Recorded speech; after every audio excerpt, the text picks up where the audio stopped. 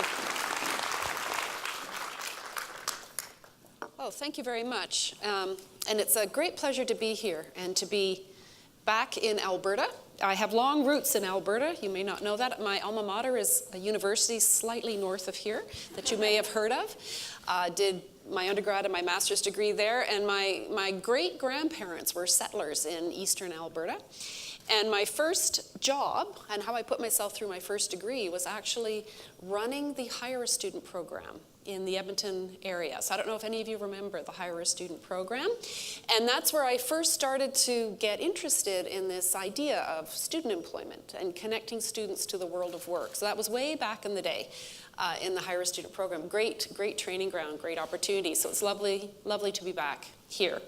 So the first bit is, what are we talking about when we're discussing work-integrated learning specifically as a subset of experiential? And this is a definition that has been developed after much debate and discussion by the National Association, which is CWIL, Cooperative Education and Work-Integrated Learning, Canada. And the association, after a great deal of consultation and discussion amongst our members are all post-secondary institutions across the country, as well as talking to other jurisdictions, our Australian colleagues in New Zealand, other jurisdictions that do a lot of work-integrated learning. And we came up with this definition, and I'm going to break it down a little bit for you because there's some key components of it that help us understand how work-integrated learning is a subset of experiential learning broadly. So first of all, it is a type of experiential learning. We'll just say that right off the bat.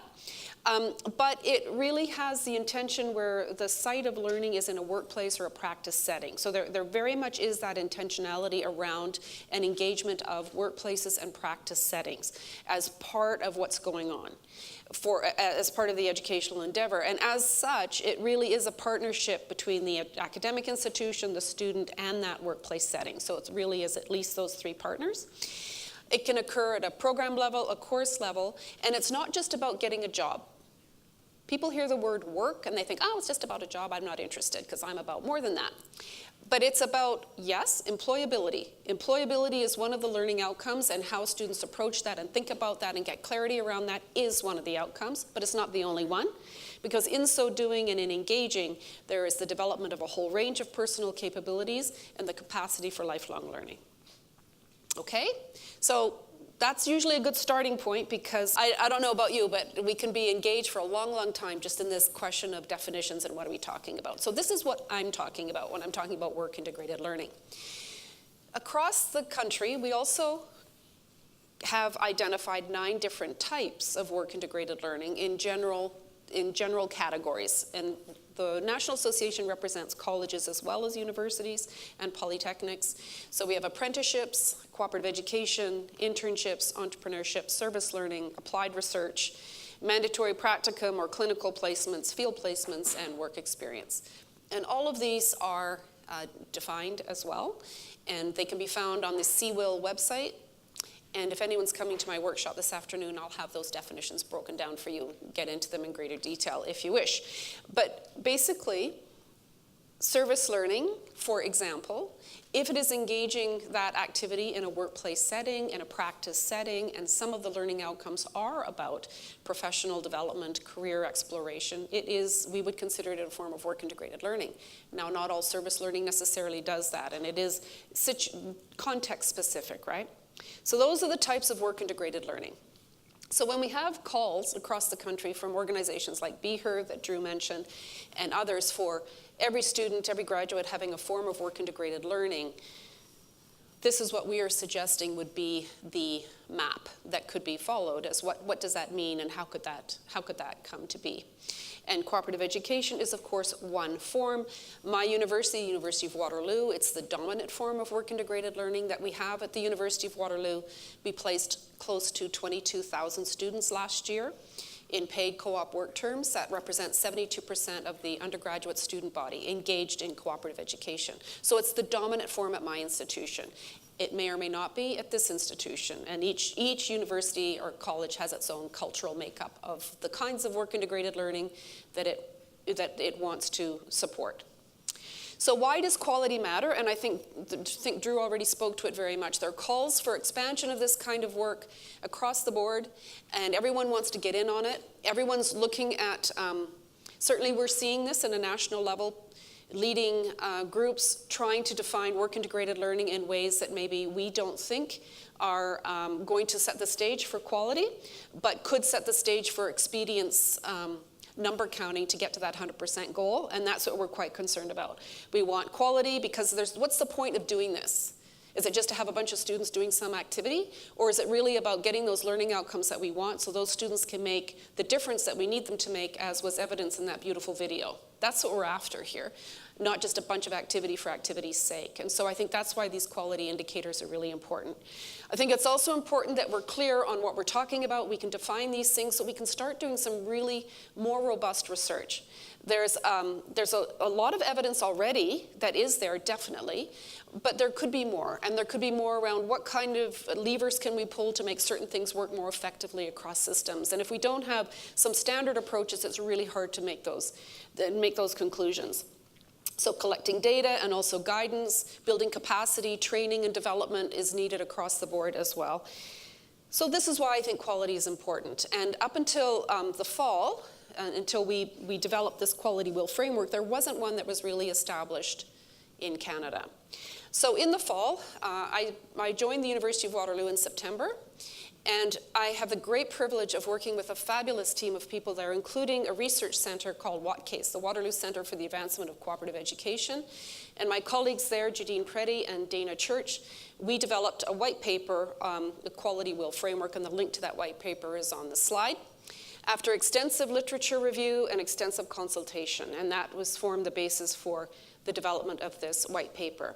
And I would encourage you to go to the link. I'm going to go through the framework at a very high level in this presentation, but what's, I think, a very valuable resource in the white paper are pages and pages and pages of references, because we really embedded everything in the literature and in evidence and in research that's been done globally in this space. So the references are really helpful, I think, if you want to dig in further and look at your own practice and what is important to you. Okay, so let's start on what the framework is about. So we started with acknowledging that in this work, there are 5 key stakeholders. There are, of course, students, the host organization or employer or wherever the student is going to be landing for their experience, the educator, and I include everybody who's engaged in making these programs work as educators. Faculty members, curriculum developers, practitioners. We are all part of an educational endeavor. Governments, and Drew just mentioned governments and their interest in this work and why they also have a stake in this. And the federal government has just come up with $683 million in the latest budget to support work-integrated learning, so they have a stake in it, for sure. And institutions, of course, have a stake. So there are 5 key stakeholders.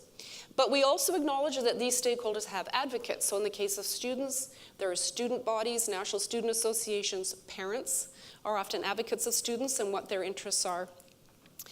There are advocates for institutions, Universities Canada, for example, or CICAN in the college sector. Employers have advocates. BHER is one, for example. Canadian Chamber of Commerce is another one. There are a number of different advocates. So there are the stakeholders and their advocates are key in this space. The first area of the quality framework is that each of those stakeholders will have their own aims. So this framework is AAA star. So we found words that started with the letter A, mainly so that I could remember them. So the first one are aims. What are the aims of each of these stakeholders? Because each stakeholder has their own set of aims, right? And I'm going to go through these at, very broad strokes, appreciating that there is huge diversity and complexity within each of these stakeholders and each of these aims. So if we start with the student, here are some typical aims. This is what the research shows us. Typical reasons that students have for being interested in and engaging in work-integrated learning.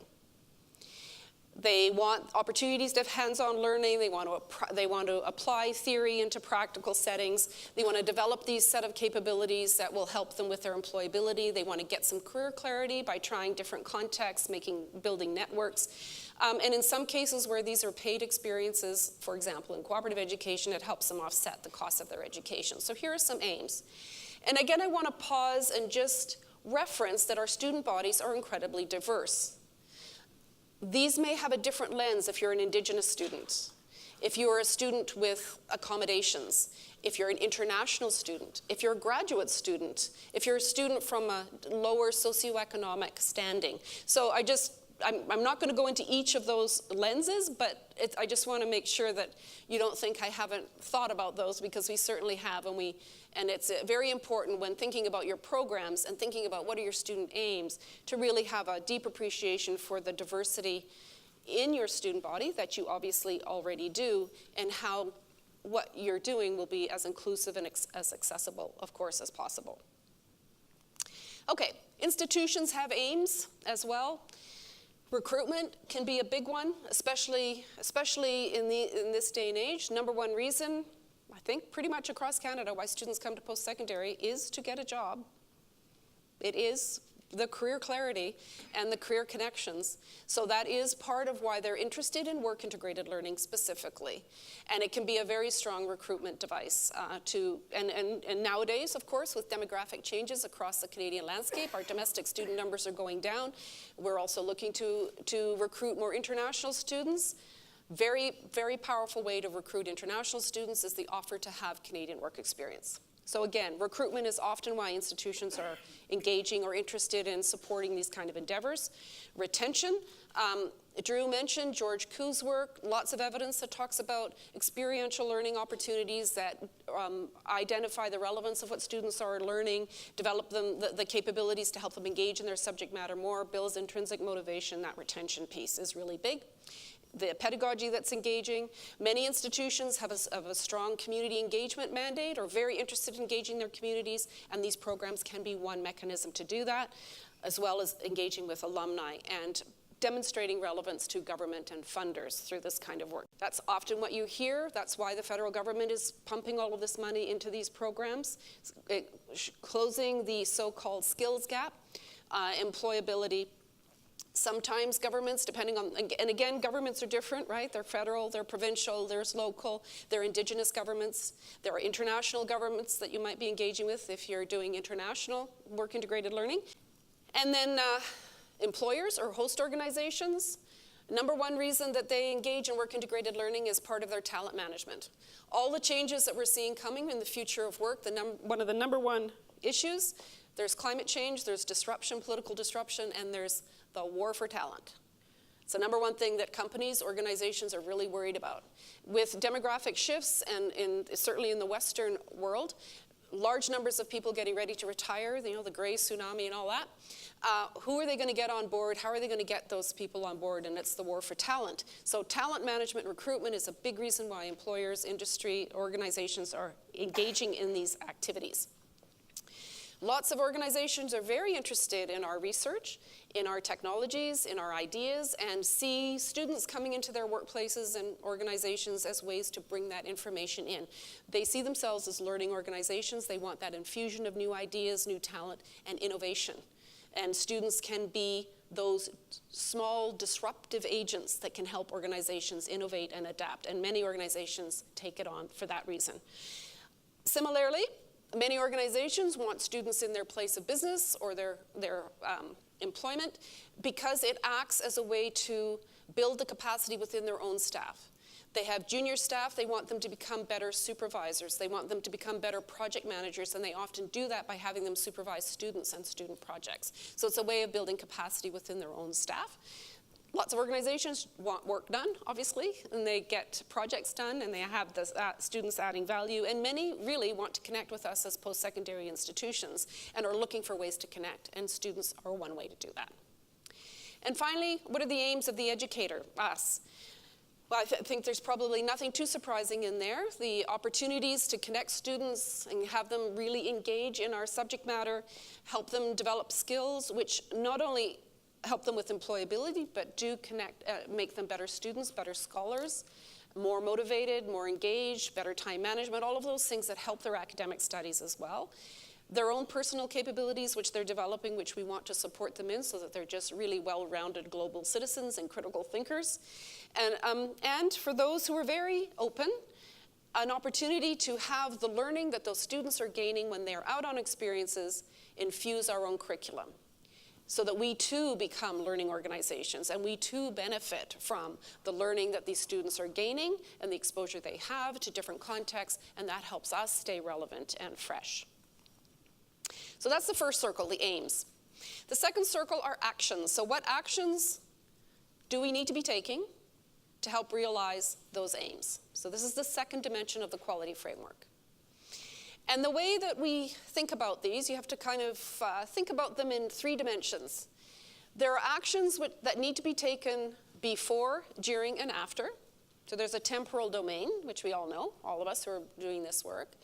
But the other acronym that we use is PAIR, because they're actions that should relate to supporting the pedagogy, the experience, the assessment, and the reflection. And PAIR, those 4 components are the 4 pillars of high-impact experiential learning, all coming from the literature. You got to have some pedagogy going on. The experiences have to be meaningful and substantial. There needs to be meaningful assessment that's linked to the curriculum and supporting learning outcomes, and there needs to be critical reflection. And so you had this pre-conference workshop yesterday on the importance of critical reflection. So PAIR. See, I told you, I do everything in words that I can remember. So PAIR. And that's how these things, before, during, and after, in PAIR, is how to structure and think about the actions that are needed to realize your aims. So I'm going to run through a few of them very high level.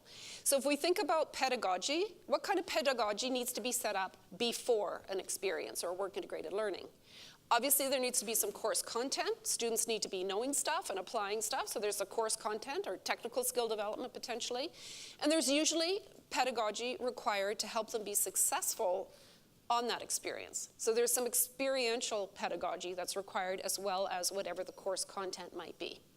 So those are some pedagogical considerations. There's also pedagogy during the experience. So there might be an ongoing thread of training that goes on or connection to the curriculum that goes on throughout the experience. So for example, at the University of Waterloo, we have a program, a unit called WATPD, Waterloo Professional Development. And every student who's on a work term chooses, and they must choose, and it's an academic credit, a professional development course that they take while they're on their work term. So they'll go to the work term, they'll realize, oh gee, I want to take something around conflict management, or I want to take something around communications, or whatever. We have a set of about 13 different PD courses. And they take those courses, about 20 to 25 hours worth of work that they take, earning credit online while they're on their work experience. So that's an example of pedagogy that's delivered during their work experience, during their work integrated learning, that helps them continue to develop and learn as a result of their experience and ties it together. And then, of course, there's pedagogy after the experience. How are we taking the learning from that, bringing it back into the students' understanding of their curriculum, what they're doing next, what it might mean for their academic progression or their personal development? And sometimes that can take the form of a capstone, for example, as a way to have pedagogy at the very end, not only of each experience, but of a program, for example. So those are some pedagogical implications. And I realize these are all lovely little bullet points, and then every single one of them could result in, you know, a committee or a subcommittee or a working group that could go on for about 3 years. I'm painfully aware of this fact. But I've just written them as nice, easy bullet points because, you know, really, what could go wrong? Okay. Then there's the E for experiences. And again, actions around experience before, during, and after. And you probably can't read this slide very well. But in this case, I have broken these down by stakeholders. Because you can also, every one of these can be broken by stakeholders. So if we go back to pedagogy for a minute, the host organization may also have a set of training and pedagogy that they are wanting to deliver for the students, right? So it may also be happening there. The students themselves may have some self-directed training or realizing that they want to delve into certain subject matter that isn't part of any curriculum, but they're just pursuing it on their own. So each stakeholder group may also have their own, but I just showed one from really the institutional perspective. But in the experience perspective, if we think about actions beforehand and we look at the student perspective, well, first of all, we need to find the students, we need to identify them, they need to be qualified for the experience, they need to be prepared for it. So those are some examples of experiences, actions related to the experience before it happens for the student. Then similarly for the host organization, they need to be identified, they need to be vetted, they need to be prepared, right, before an experience happens. And for the institution, we need to have it very clear in our minds, what are we looking for, why are we looking for that, how does that work, how are we making those connections?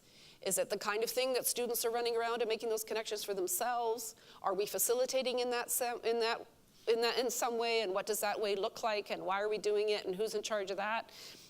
And who's paying for the infrastructure for all of that? Or are we just saying, hey, 100% for everybody, off you go? And then our employers, our community hosts are running around with inquiries from 25 different students from all these different programs, wondering what on earth is going on.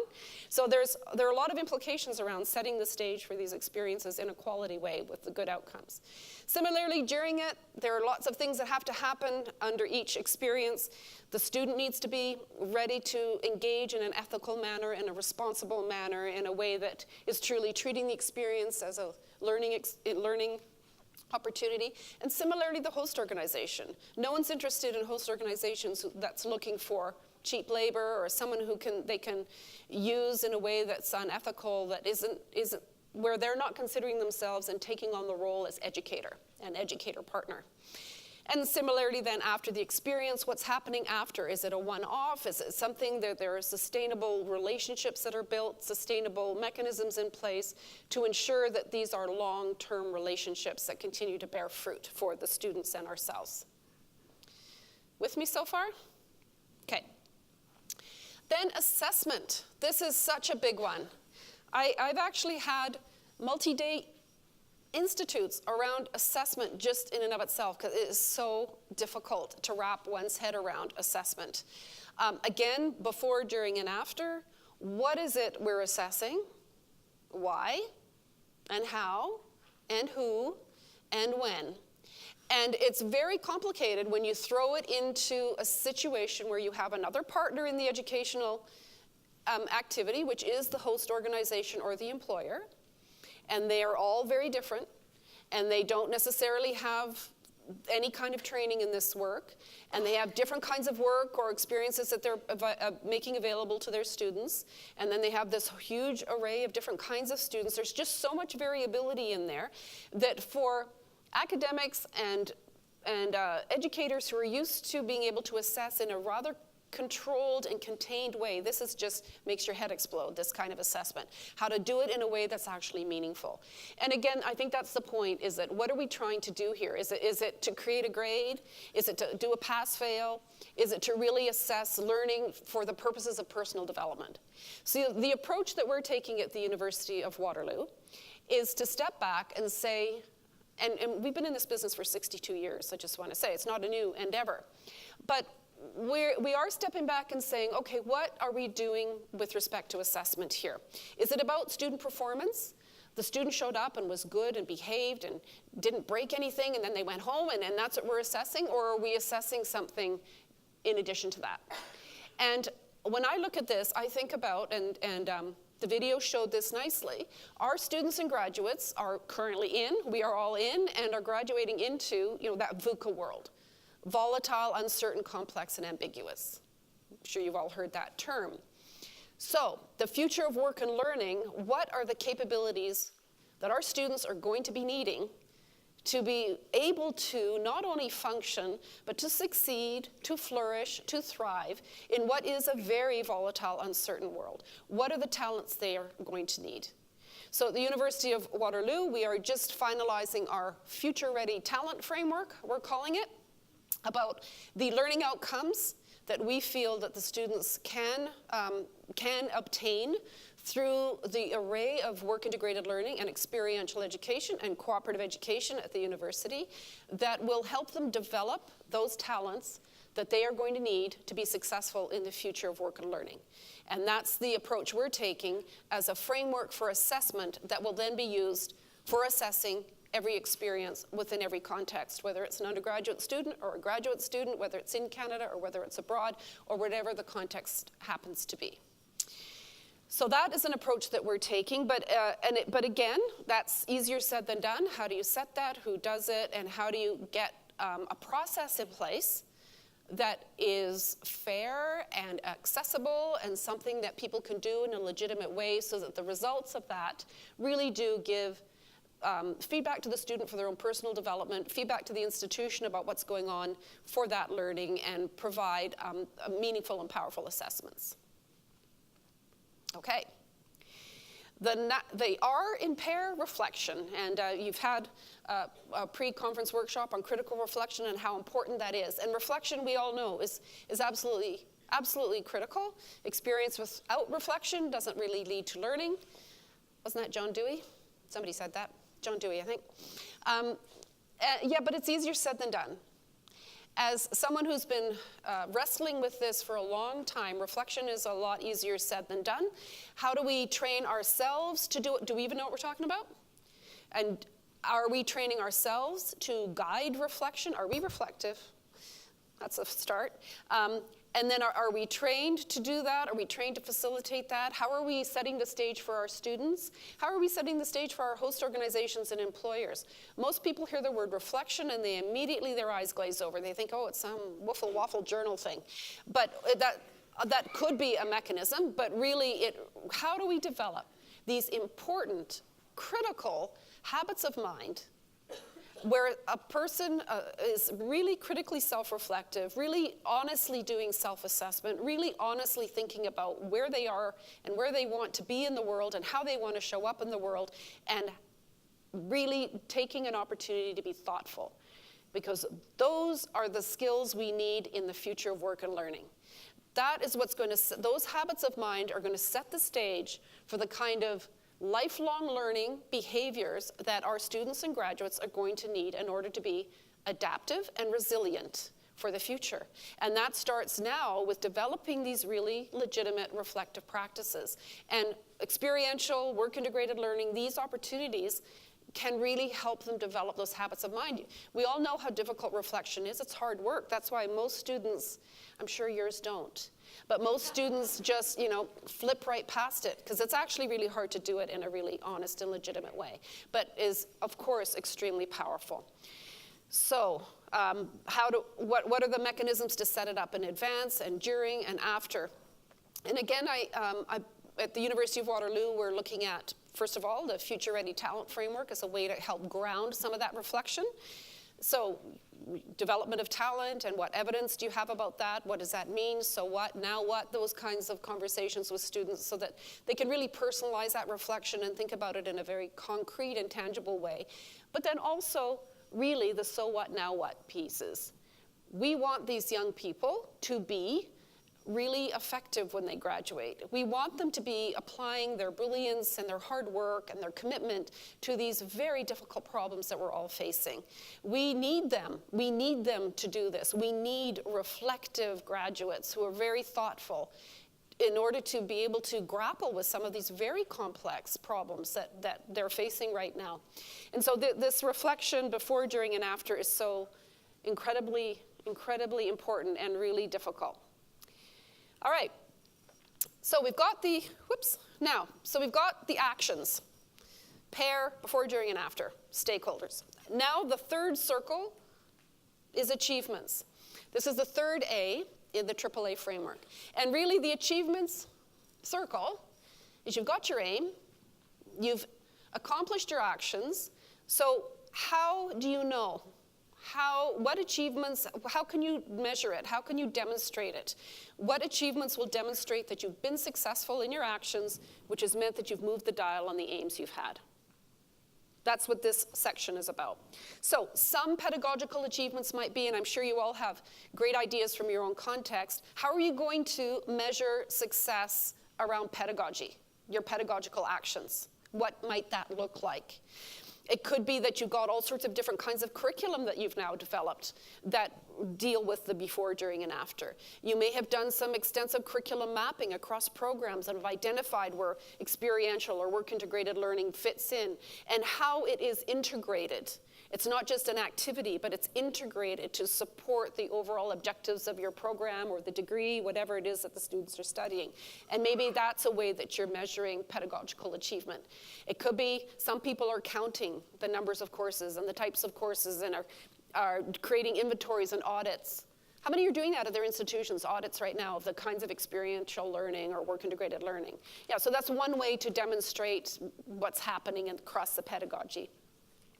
It could be that another way of demonstrating achievements are different kinds of courses or different kinds of accomplishments or certificates or training that are being created in order to fill some of those gaps that you're learning about as the students come in and out of these experiences and when you engage with community and employer organizations. So those might be some examples of how to measure pedagogical achievements. Experience achievements, this, again, people are counting the numbers of students, where they are located, what kind of work they're doing, or what kind of experiences they're having, what kind of organizations they're working with, nonprofit or types or industries or whatever they happen to be doing, rural versus urban, all sorts of ways to count or look at, depending on your aims. Numbers and counts. There are also quality indicators such as satisfaction surveys that one can get from the host organizations as well as students themselves. How are they measuring the quality, the satisfaction they have?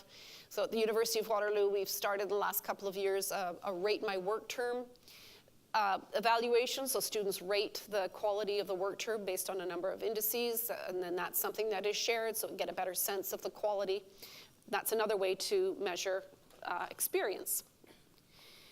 Assessment achievements, this can come with having a set of common, for example, if there was a set of common learning outcomes for experiential, this is another way to look at measuring achievements. Is there a way for students to track the development of their skills or their accomplishments or their learning and track that for each experience, maybe track that over time, so that they can note their own progress individually. I sort of think of the fitness tracker analogy. Their own experience individually, where is it they want to go, how do they fill those gaps? So it's a way for them, through assessment, being able to track that. And then also programmatically, what's going on with a specific discipline area or faculty or program, again, around learning and development and the assessment and how well they're doing. So that's another way of looking at measuring outcomes or achievements.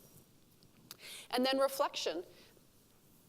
We're looking at, I don't know, for those who do cooperative education or other forms of work-integrated learning, often a final reflective device is something called a work term report or a final report where students reflect. Well, I'm not sure what your students think of it, but I'd say many students, it's not their most favorite activity. But for some, they do like it. We love those students very much. So why is that? We all do it. We all have some kind of final reflective activity, and they all do it, and they hand it in, and we mark it, and we think, oh, God, why aren't they more reflective? And I think that it's connecting these things, these pieces all together. How does it connect to their own particular learning path? How does it connect to that experience? And what difference does it make? Because we know, I made the comment that many students are coming into higher ed for jobs, but they're also coming in because they want to make a difference. They want to make a meaningful difference. They want to be equipped to do something. Most of them really do.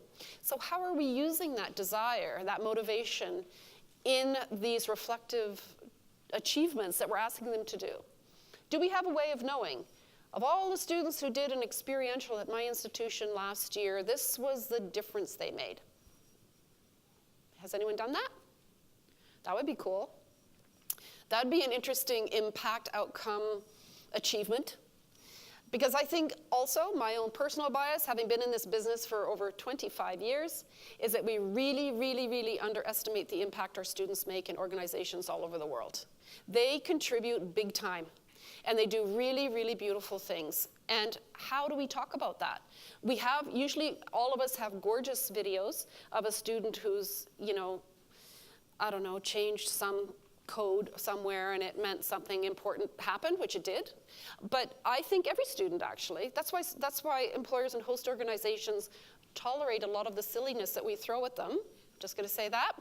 Because they want those ideas, they want that fresh energy, they want those bright things in their places of business, their organizations, to help them solve important problems.